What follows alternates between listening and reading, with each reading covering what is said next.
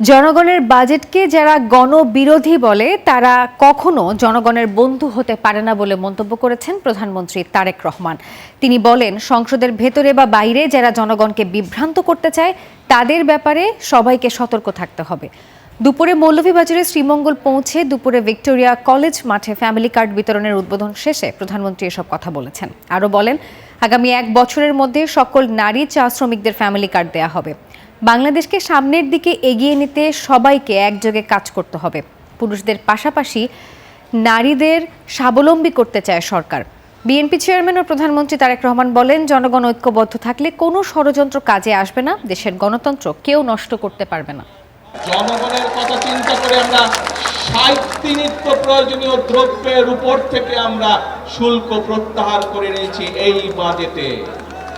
এখন প্রিয় ভাই বোনেরা, যেই বাজেটে 60টি পণ্যের উপর থেকে শুল্ক প্রত্যাহার করে না হয়, সেই বাজেটকে একটি দল বলে গণবিরোধী বাজেট। এখন জনগণের জন্য যেই বাজেটের সকল ব্যবস্থা রেখেছি, সেই বাজেটকে যারা গণবিরোধী বলে তারা কি কখনো জনগণের বন্ধু হতে পারে? তারা কখনো জনগণের বন্ধু হতে পারে না প্রিয় ভাই বোনেরা। কাজেই যারা জনগণকে বিভ্রান্ত করতে চায় প্রিয় ভাই বোনেরা, সেটি সংসদের ভেতরেই হোক, সেটি সংসদের বাইরেই হোক, তাদের ব্যাপারে আপনাদেরকে সচেতন থাকতে হবে। মৌলভীবাজারের ফ্যামিলি কার্ড বিতরণ অনুষ্ঠানে যোগ দিয়েছেন প্রধানমন্ত্রী তারেক রহমান। বিস্তারিত খবরাখবর জানাতে আমাদের সহকর্মী সাইফুল ইসলাম এই পর্যায়ে আমাদের সঙ্গে যুক্ত হবেন। সাইফুল, জানাবেন মৌলভীবাজারের প্রধানমন্ত্রী সফর ঘিরে আপনি কেমন চিত্র দেখছেন? নাফিসা, আপনাকে ধন্যবাদ। প্রধানমন্ত্রী তারেক রহমানের এই মৌলভীবাজার সফরের এখন চলছে দ্বিতীয় প্রোগ্রাম এবং মৌলভীবাজার সরকারি উচ্চ বিদ্যালয় মাঠে এখন প্রধানমন্ত্রী তারেক রহমান তিনি এই অনুষ্ঠানে যোগ দিয়েছেন এবং কিছুক্ষণের মধ্যেই তিনি বক্তব্য রাখবেন এবং 152 জন নারীর হাতে তিনি ফ্যামিলি কার্ড তুলে দেবেন। এবং এর আগে প্রধানমন্ত্রী তারেক রহমান শ্রীমঙ্গলের ভিক্টোরিয়া স্কুল মাঠে তিনি সেখানে বক্তব্য রেখেছেন এবং তিনি সেখানে বক্তব্য স্পষ্ট করে বলেছেন যে সরকার নারীদেরকে এবং পিছিয়ে পড়া জনগোষ্ঠীর যে কল্যাণে কাজ করছে এবং আগামী 1 বছরে 40,20,000 নারীকে ফ্যামিলি কার্ডের আওতায় আনতে চায়।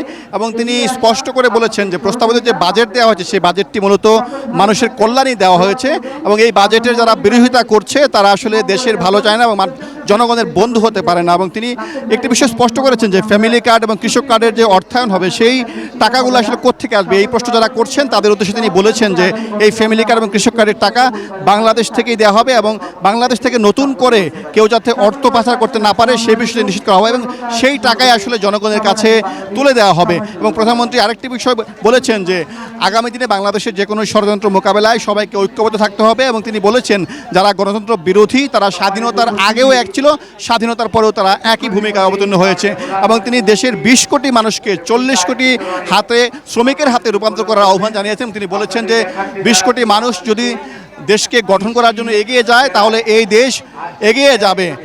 এই ছিল আমার কাছে মৌলভীবাজার সদর উচ্চ বিদ্যালয় থেকে সর্বশেষ। এই ছিল নাফিসা। সাইফুল, ধন্যবাদ আপনাকে। Bashundhara public school and college 2026 শিক্ষাবর্ষে ভর্তি চলছে।